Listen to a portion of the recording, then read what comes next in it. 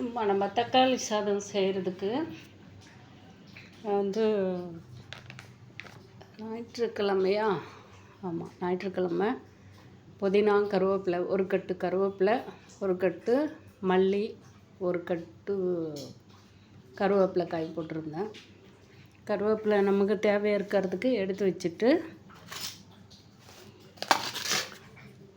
இல்லை பாருங்கள், சோம்பு ஒரு 50 கிராம் சோம்பு, பூண்டு 100 கிராம் பூண்டு, அந்த கருப்பாக இருக்கிறது வந்து கடல் பாசி, லவங்கம் வந்து ஒரு 25 கிராம் போட்டிருப்பேன்.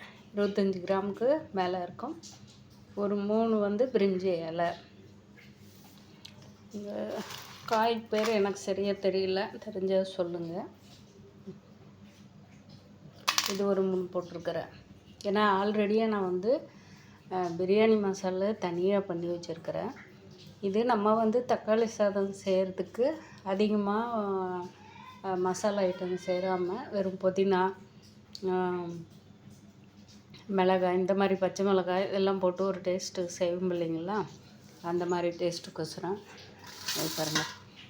புதினாவும் கருவேப்பிலை மல்லி இது 3மே வந்து ஒரு கட்டு புதினா, ஒரு அரைக்கட்டு மல்லி, நமக்கு தேவையாக இருக்கிற அளவுக்கு கருவேப்பிலை. எதுவுமே நம்ம போடணுன்னு அவசியம் இல்லை. இஞ்சி நம்ம பொடி பண்ணி பவுட்ரு பண்ணி வச்சுருக்கிறத லைட்டாக இப்போ சூடு பண்ணேன். இதெல்லாம் சூடு பண்ணுறதுனால இதுவும் சூடு பண்ணி வச்சுக்கலாம் அப்படின்னு சொல்லிட்டு இப்போ பொடி பண்ணுறதுக்கோசரம் சூடு பண்ணேன். நமக்கு தேவையாக இருக்குது. இந்த மிளகா வந்து பயங்கர காரங்க. நமக்கு தேவையாக இருக்கிற அளவுக்கு நம்ம காரம் சேர்த்திக்கலாம். ஏன்னா நம்ம வந்து இப்போ தக்காளி சாதம் செய்யணுன்னா பச்சை மிளகாய்க்கு கூட சேர்த்திக்குவோம் இல்லைங்களா, அதனால் இந்த காரத்துக்கு தகுந்த மாதிரி இது வந்து நான் இப்போ ரெடி பண்ணுறேன். அடுத்தது வந்து நெல்லிக்காய் வந்து சீவி நவல்லே காய போட்டு ஒரு நாள் மட்டும் இது வெயிலில் சும்மா லைட்டாக கொஞ்சம் நேரம் தாங்க, ஒரு 10 நிமிஷம் கூட இருக்காது. இப்போ இந்த மழை சீசனுக்கு முன்னாடி எடுத்து அப்படியே கொஞ்சம் வேலை இருந்ததுனால எடுத்து அப்படியே பாக்ஸில் போட்டு மூடி வச்சுட்டேன். இது 2 கிலோ நெல்லிக்காய்ங்க, அதிகமாகவே இருந்துச்சு. ஏன்னா நான் அப்படியே போட்டு எல்லாம் திருவி நெவல்லே 2 நாள் காய் போட்டு ஒரு 10 நிமிஷம் மட்டும் வெயிலில் போட்டு எடுத்து பாக்ஸில் போட்டேன். 1/2 கிலோ நாட்டு சர்க்கரை.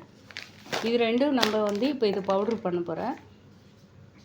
பவுட்ரு பண்ணிட்டு இது கொஞ்சம் அப்படி, ஏன்னா நம்ம நாட்டு சர்க்கரை வந்து பவுட்ரு, அது ஆல்ரெடியாக பவுட்ரு தான். இந்த டெய்லி வந்து நமக்கு எல்லாருமே, ஏன்னா இந்த வெயிலுக்காக இருக்கட்டும், இதுக்கெல்லாம் நெல்லிக்காய் சாப்பிட்றதுக்கெல்லாம் வந்து நம்ம அந்த ஸ்டார்டிங்கில் உடம்பு ஹீட்டாக இருக்கிறவங்க எடுத்துக்கிட்டால் கொஞ்சம் வந்து சளி பிடிக்கும். கொஞ்சம் இல்லை, சளி பிடிக்கும், பட் ஹீட்டை தூக்கி விடும். ஆனால் நம்ம தொடர்ந்து நம்ம எடுத்துக்கிட்டோம்லான்னா அந்த ஹீட்டை தூக்கி விடும்போது என்ன பண்ணோம்னா நம்ம உடம்புல இருக்கிற கெட்ட நீர், சளி, இது எல்லாமே வந்து வெளியே தள்ளிடும். அது நம்ம வந்து மாத்திரை எடுத்துக்கணும். காய்ச்சல் வர மாதிரி இருந்தால் மாத்திரை போடுங்க, இல்லையா நம்ம உடம்புல இருக்கிற கெட்டதெல்லாம் வெளியே வரட்டும்னு சொல்லிட்டு விட்டுருங்க. அது பெரிய பிரச்சனை. சளி பிடிக்கிறது வந்து நமக்கு இன்றைக்கி இப்போ பாருங்கள், மறுபடியும் கொரோனா தொந்தரவு, எல்லாருக்கும் கொரோனா வந்துருச்சு அப்படின்னு சொல்லிட்டு இங்கே சேலத்தில் கூட 30 பேருக்கு என்னவோ இப்போ ஸ்டார்டிங் இருக்குது அப்படின்னு சொல்லிட்டு பேசிக்கிறாங்க. ஏன்னா இப்போ காலகட்டத்தில் இதில் இருக்கிறது இரும்பு சத்தான பொருள். இது கருவேப்பிலை, நமக்கு அந்த பொடி ஐட்டங்கள் இதெல்லாம் பண்ணி எடுத்து வச்சுட்டோம்லன்னா நம்ம மேக்ஸிமம் வந்து நம்ம உடம்பை நம்மளே கொஞ்சம் ரெடி பண்ணிக்கிறதுக்கு தயாராக இருக்கணும். எந்த ஒரு நோய் வந்தாலே நம்மளை தாக்காத அளவுக்கு. இது நெல்லிக்காய் சாப்பிட்றதுனால இதெல்லாம் முடியுமாங்க்கா அப்படின்னு 100%. நெல்லிக்காய், பேரிச்சம்பழம், வேர்க்கடலை, அதாவது வந்து இந்த மூக்கல்ல, தானியங்கள் அனைத்துமே நம்ம வந்து அதுவும் இப்போ நிறையா, இப்போ நான் கூட அதை ரெடி பண்ணிட்டுக்கிறேங்க. நிறையா வந்து அது ஊற போட்டு, தானியங்களை ஊற போட்டு முளைக்கட்டி அதை பவுட்ரு பண்ணி நம்ம டெய்லியும் பால் தான் எடுத்துக்கணுன்னு அவசியம் இல்லைங்க. ஏன்னா இன்றைக்கி பாலில் வந்து எல்லாம் மிக்சிங்காக இருக்கிறதுனால தான். அந்த காலத்தில் கறந்த பாலை அப்படியே குடித்தவங்க, எருமாட்டு பால், மாட்டுப்பால், பசுமாய் எல்லாம் குடிச்சிருக்கிறாங்க. யாருக்கும் எந்த நோயும் இல்லைங்க, ஆரோக்கியமாக தான் இருந்தாங்க. யாருக்கும் கொலஸ்ட்ரால் இல்லை, ஹார்ட் அட்டாக் இல்லை, அது இது பிபி எதுவுமே இல்லாமல் நல்லா ஆரோக்கியமாக இருந்தாங்க. வேலை அந்த காலத்தில் நல்ல வேலை. இப்பயும் வந்து விவசாயம் பண்ணுறவங்களுக்கெல்லாம் நம்மளோட பல மடங்கு சாப்பாடு சாப்பிட்டு நம்ம வந்து எல்லாத்துக்குமே அடிமையாகி நம்ம உடம்ப நம்மளே கெடுத்திக்கிறோம்ப, அவ்வளோதான். இப்போ எல்லாமே நம்ம கொஞ்சம் ஸ்ட்ராங்காக இருக்கிற பொருளை வந்து நான்வெஜ் சாப்பிட்டா தான் இதெல்லாம் கிடைக்கும் அப்படின்றது சாத்தியம் இல்லை. பட் வந்து அது ஒரு பர்சன்டேஜ் இருந்தாலையும் மற்ற தானியங்கள் உணவுகள் நிறைய ஆரியம், சோளம், கம்பு இதெல்லாம் எடுத்துக்காங்க. என்ன இந்த சுகர் இருக்கிறவங்க, தைராய்டு இருக்கிறவங்க புளிச்சு போனதை எடுக்காமல் கொஞ்சம் புளிப்பு இல்லாமல், இப்போ நெல்லிக்காய் வந்து புளிப்பு, தொகுப்பு, கசப்புன்ற மாதிரி அது வந்து எல்லா வகையிலையும் இருக்கும். நெல்லிக்காய், கொய்யாக்காய் இதெல்லாம் தைராய்டு இருக்கிறவங்க எல்லாருமே வந்து அந்த அரைவேக்காடுன்றாங்க இல்லையா, அந்த மாதிரி காய் தொகுப்பு தன்மையை இருக்கிறவங்க எடுத்துக்கிட்டால் உணவு கண்ட்ரோல்லே தைராய்டு கண்ட்ரோல் பண்ணலாங்க. அந்த அளவுக்கு வந்து நம்ம வந்து பாரம்பரியம் பொருள் மூலிமா, நமக்கு தானியங்கள் மூலிமாவே நமக்கு நிறைய நன்மைகள் இருக்குது. அதெல்லாம் நம்ம அதிகமாக எடுத்துக்காதனால தான் நமக்கு நிறைய பிரச்சனைகள் வருது. ஏன்னா இது இன்னும் வந்து நம்ம எள்ளு, கருங்கொள்ளு, கொள்ளு வகைகள், அதே மாதிரி உளுந்து, அந்த வெள்ளை உளுந்து சாப்பிடாமல் நம்ம முழு உளுந்தை வாங்கி நம்மளே வந்து மிஷினில் கொடுத்து பவுட்ரு பண்ணி, இல்லை மிக்சியில் போட்டு பவுட்ரு பண்ணி லைட்டாக உடச்சி வச்சு எல்லா இதுலேயுமே நம்ம யூஸ் பண்ணலான்னா 100% நமக்கு எல்லா நன்மைகளும் கிடைக்குங்க. அதனால் தயவு செஞ்சு எல்லாருமே கொஞ்சம் சோம்பேறித்தனம் படாமல் இது கிடைக்குதா அது கிடைக்குது அப்படின்னு சொல்லிட்டு நம்ம ஓடிட்டு கரெக்ட் அந்த மாதிரி உழைச்சிட்டு இருக்கிறோங்க. ஆனால் நம்மளும் சத்தான உணவுகளை எடுத்துகிட்டு ஆரோக்கியமாக இருக்கலாங்க. இப்போ இந்த நெல்லிக்காய்க்கு வந்து நான் இதை பேசிகிட்டு இருக்கேன். இதை மட்டும் பவுட்ரு பண்ணுறேங்க. பவுட்ரு பண்ணி இதை மிக்ஸ் பண்ணிவிட்டு எடுத்து வச்சுருவேன். இது வந்து நம்ம டெய்லி காலையில் எப்போ டைம் கிடைக்குதோ எழுந்திரிச்சோடனே வெறும் வயிற்றில் டீ காஃபி பதில் ஒரு ஸ்பூன் போட்டு ஒரு டம்ளர் தண்ணி ஊற்றி கலக்கி குடிங்க. எல்லாருக்குமே ரொம்ப நல்லாயிருக்கும். இதோட வந்து சுகர் இருக்கிறவங்க கொய்யாத்தலையும் கொஞ்சம் நவல்லே போட்டு காய வச்சு அதுவும் எடுத்து இதோட ஆட் பண்ணி வச்சுக்கிட்டா இன்னும் சூப்பருங்க, இன்னும் சூப்பராக இருக்கும். அவங்களுக்கு நிறைய வகையில் இதில் வந்து துளசி சேர்த்திட்டாலே இன்னும் ரொம்ப நல்லாயிருக்கும், ரொம்ப ரொம்ப நல்லாயிருக்கும். துளசி, நெல்லிக்காய், கொய்யா இலை. ஏன்னா கொய்யா இலை இப்போ எடுத்து சொல்கிறதுக்கு என்ன காரணம்னா, கொய்யாப்பழம் அதிகமாக மக்களில் அதெல்லாம் நம்ம யூஸ் பண்ணாதனால தான். ஏன்னா அதெல்லாம் வந்து கிராமத்தில் இருக்கிறவங்க சொல்லணும்னு அவசியம் இல்லை. பப்பாளி இதெல்லாம் இப்போ வந்து கூறு கட்டி போய் எடைக்கணக்கில் போட்டு விற்றுட்டுருக்குறாங்க. கூறு கட்டி விற்பாங்க. 5 பைசா, 10 பைசா, 4னா 50 பைசா, 1 ரூபா, 2 ரூபான்ற காலமெல்லாம். இன்றைக்கி வந்து எல்லாமே எந்த விலையில் ஏறி இருக்குதுன்னு சொல்லிட்டு எல்லாருக்குமே தெரியும். அதெல்லாம் எடுத்துக்காதனால தான் நம்ம இப்போ வந்து இலைகள் மூலிமா நமக்கு நன்மை கிடைக்குமான்னு சொல்லிட்டு அதெல்லாம் எடுத்துகிட்டுக்கிறோம்ப. பட் அதையும் எடுத்தால் இன்னும் சூப்பராக இருக்கும் உடம்புக்கு எல்லாருக்குமே. இது கூட ஜீரகம் சேர்த்துக்கிட்டாலே இன்னும் நல்லாயிருக்கும். பட் நெல்லிக்காய் எடுத்துக்கிறவங்களுக்கு வந்து சில பேருக்கு வந்து பாடி ஹீட்டாக இருக்கிறவங்களுக்கு ஸ்டார்டிங்கில் சளி பிடிக்கும். பட் வந்து லூஸ் மோஷன் ஆகும். லூஸ் மோஷன் ஆனால் நல்லதாங்க, குடல் க்ளீன் ஆனால். இதோட கொஞ்சம் ஜீரகம் போட்டு நம்ம எடுத்துக்கிட்டோம்னா இது பொடி ஐட்டத்தில் அது இன்னும் சூப்பராக இருக்கும். நான் அது பொடி பண்ணும்போது நான் எப்படி பொடி பண்ணுறேன், நம்ம எப்படி எடுத்துக்கணும் அது அப்படின்றதும் நான் சொல்கிறேங்க. அது குழந்தைங்க எல்லாருமே வந்து இது நீங்கள் இப்போ சேர்த்து சாப்பிட்டு பாருங்கள், ஜூஸ் எடுத்து பாருங்கள் எப்படி இருக்குன்னு சொல்லிட்டு நீங்களே இருக்கும். பை மக்களை, குட் மார்னிங். ஏன்னா குட் மார்னிங்ன்றேன், sorry, very very very sorry, மன்னிச்சிருங்க.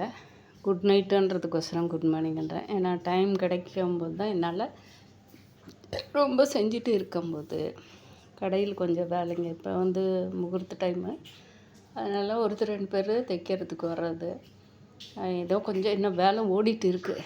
அது முடிச்சுட்டு ஏன்னா முக்கியமாக 10 நாள் ஆகுது நான் எங்கள் அக்கா கூட பேசி. கோவமாக இருப்பாங்க. இந்த உள்ளே வந்து கோயிலுக்கு போனால் நமக்கு ஒரு ஃபோன் பண்ணல, அவ்வளோ பிஸி ஆகிட்டான்னு சொல்லிட்டு சாரி. ஏன்னா எனக்கு வந்து ஃபோன் பண்ணி அவங்களுக்கு எப்படி இருந்தாலையும் அவங்களுக்கு மனசு கொஞ்சம் கஷ்டமாக தான் இருக்கும். அதனால தான் எனக்கு ஃபோன் பண்ணாமல் இருக்காங்க. இல்லைச்சுன்னா ஃபோன் பண்ணியிருப்பாங்க. ஏன்னா அவங்களுக்கு நான் வந்து வாங்கினது என்னன்னு தெரியல. இது கடவுள் மேலே ஆணையாக வந்து நான் சொல்கிறேன். நான் வந்து அது அவங்களுக்கோசரம் தான் நான் வேண்டிக்கிட்டோன்னு சொல்லிட்டு நான் போனேன். அக்காவுக்கோசரம் வேண்டிக்கிட்டாங்க. தெரியல, நான் வந்து பொருள் வாங்கினது வந்து அது என்னன்னு தெரில. ஃபோட்டோ, கயிறு, பட் வந்து எனக்கு கடைக்கு எழுதுறதுக்கு ஒரு பேனா, இதெல்லாம் வாங்கினேன். வாங்கி என் கையில் எடுத்து அவங்க கவர் பண்ணி கொடுத்தாங்க. அது எப்படி மிஸ் ஆச்சுன்னே எனக்கு தெரியல. ஏன்னா நான் வந்து கயிறும் விபூதியும் எங்கள் அக்காவுக்கு அனுப்பிச்சி வைக்கணும் அப்படின்னு சொல்லிட்டு தான் நான் இருந்தேன். அதனால் அது மிஸ் ஆனதுனால எனக்கு எப்படியும் நான் அதை வாங்கிட்டு தான் அக்கா கூட பேசணும், அவங்களுக்கு அனுப்பிச்சி வச்சுட்டுன்னு சொல்லிட்டு நான் டெய்லியும் என் மனசுக்குள்ளே போராடிட்டு இருக்கேன். கண்டிப்பாக அது வந்து ஒரு நாளில் நான் அதை வாங்கிட்டு அக்காவுக்கு அதை அனுப்பிச்சி வச்சுட்டு தான் பேசணும் அப்படின்னா அவங்க என் மேலே ரொம்ப கோபமாக இருப்பாள். ஏன்னா கோபம் இருக்கிற இடத்துல தான் குணங்கள் இருக்குன்றது சாத்தியம், உண்மை. அதனால் வெயிட் பண்ணிகிட்டு இருக்கிறேன். ஏன்னா அவங்க வந்து அவங்களோட டைப்பை யாரும் புரிஞ்சிக்க முடியாது. அந்த அளவுக்கு வந்து உண்மையானவங்க. எல்லாமே கடவுள் வந்து கடந்து போகலாம் அப்படின்னு சொல்லிட்டு எல்லாருக்கும் அந்த இது பண்ணியிருக்கிறாரு. அதனால் ஒன்றும் இல்லை. கண்டிப்பாக வந்து நம்ம ஐயா கனகப்பட்டி அழுக்குமுத்துசாமி நமக்கு எல்லாருக்குமே எல்லா நன்மைகளும் எல்லா ஆரோக்கியமும் கொடுப்பாரு. அதனால் அவர் வந்து நம்மக்கிட்ட சேர்றதுக்கு ஏதோ ஒரு காரணம் இருக்கலாம். எனக்கு வந்து அந்த மாதிரி தான் தோணுது. ஏன்னா வந்து நிறைய பேர் அதான் சொல்கிறாங்க. இன்றைக்கி லட்சக்கணக்காக ஒருத்தர் 2 பேர் என்ன கூட பரவாயில்ல, லட்சக்கணக்கான மக்கள்கள் வந்து சொல்கிறாங்க. இது வந்து நமக்கு காமெடியாகவும் இருக்கலாம், உண்மை அதே தான் உண்மையாக இப்போ நடந்துகிட்ருக்குது. ஏன்னா எந்த இடத்துல போயிட்டு வராங்களோ, கோயிலுக்கு போயிட்டு வராங்களோ, உடனே அவங்க வந்து கோயில் கட்டணும் அவருக்கோசரம், இங்கே இருக்கிற மக்கள்னால் போக முடியல, பழனிக்கு போக முடியல, அவ்வளோ தூரம் போக முடியல அப்படின்னு சொல்லிட்டு நிறைய பேர் கோயில்கள் கட்டுறாங்க. நிறைய பேர் அவருக்கு யாரும் வந்து எனக்கு இதுக்கு வந்து நன்கொடையாக கொடுங்க, டொனேஷன் கொடுங்கன்னெல்லாம் யாருமே கேட்கறது இல்லைங்க. அது அந்த ஐயா அவர் பார்த்துக்கிறாரு. அந்த வேலையெல்லாம் நீங்கள் உங்களுக்கு அந்த மனசுக்குள்ளே இருந்தால் அது பார்த்துக்கிறாரு. அந்த மாதிரி தான் நன்மைகள் வந்து சூப்பராக போயிட்டு இருக்கு ஐயாக்கிட்ட. நல்ல கருணையோட நல்ல ஒரு அற்புதமாக பண்ணிகிட்டு இருக்கார். ரொம்ப ரொம்ப ரொம்ப அவருக்கு கோடான கோடி நன்றி சொல்லணும் நம்ம. அதனால் அந்த கோவமெல்லாம் தூக்கி வச்சுட்டு ஒரு 2 நாளைக்கு கஷ்டமாக இருக்கும், அவங்களுக்கு அனுப்பிச்சிட்டு அப்புறமா நம்ம அவங்ககிட்ட சாரி கேட்டுக்கலாம்னு சொல்லிட்டு இருக்குங்க. பட் பார்க்க என்னை மன்னிச்சிருங்க, வெரி வெரி சாரி. வந்து நான் உங்களுக்கு என்ன நான் சொன்னேன்னா அதை வந்து நான் காப்பாற்றிட்டு அப்புறம் உங்களுக்கு ஃபோன் கால் பண்ணி நான் பேசுகிறேன். ரொம்ப ரொம்ப மன்னிச்சிக்கோங்க. இப்போதைக்கு பாய், குட் நைட்.